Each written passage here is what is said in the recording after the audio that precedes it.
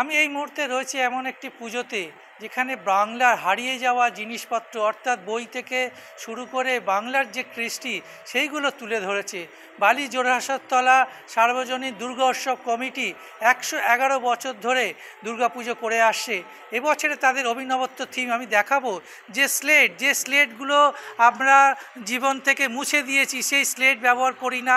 বিভিন্ন অক্ষর লেখা রয়েছে স্লেটে, তার পাশাপাশি বর্ণ পরিচয় দেখতে পাচ্ছি, বিদ্যাসাগরের বর্ণ পরিচয় এবং বাংলার যে কৃষ্টি সহজ পাঠ, সেই সহজ পাঠও তুলে ধরা হয়েছে এবং রান্না পুজো, পিঠে পার্বণ, বিভিন্ন যে কৃষ্টি রয়েছে বাংলার যে সেইগুলোকে প্যান্ডেলের আদলে তুলে ধরেছে এবং ছবির মাধ্যমে সাধারণ মানুষকে দেখাচ্ছে। আমিও আর দেখাতে বলবো, বেশ কিছু চিত্র রয়েছে এখানে, যেরকম জামাই ষষ্ঠী আস্তে আস্তে কমে যেতে শুরু করেছে।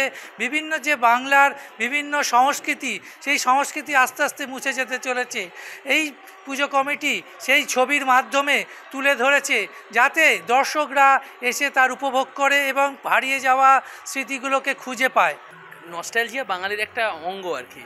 এবার নস্টালজিক হতে তো আমাদের সবারই ভালো লাগে। দেখুন, আধুনিকতাকে তো অস্বীকার করে খুব একটা লাভ নেই। 111 বছর আগে যে পুজোটা শুরু হয়েছিল, সে পুজো যদি আজকে আধুনিকতাকে অস্বীকার করতে এগোতে পারতো না, কেউই বোধহয় পারে না। তাহলে আধুনিকতাকে সঙ্গী করতেই হয়, সময়ের দাবি মেনেই করতে হয়। তার মানে এমনটা নয় যে আমাদের ফেলে আসা দিনগুলোকে ভুলে যেতে হবে। তাই আধুনিকতাকে সঙ্গে রেখে আর ওই প্রাচীনত্বকে একবার মনে করিয়ে দেওয়ার চেষ্টা, আর কিছু না। আর ওই নস্টালজিক ভ্যালুটা তো রয়েইছে। 111 বছরের পুজো, ঐতিহ্যবাহী পুজো, আমরা চেষ্টা করছি সাবেকিয়ানার সাথে ধরে রাখার।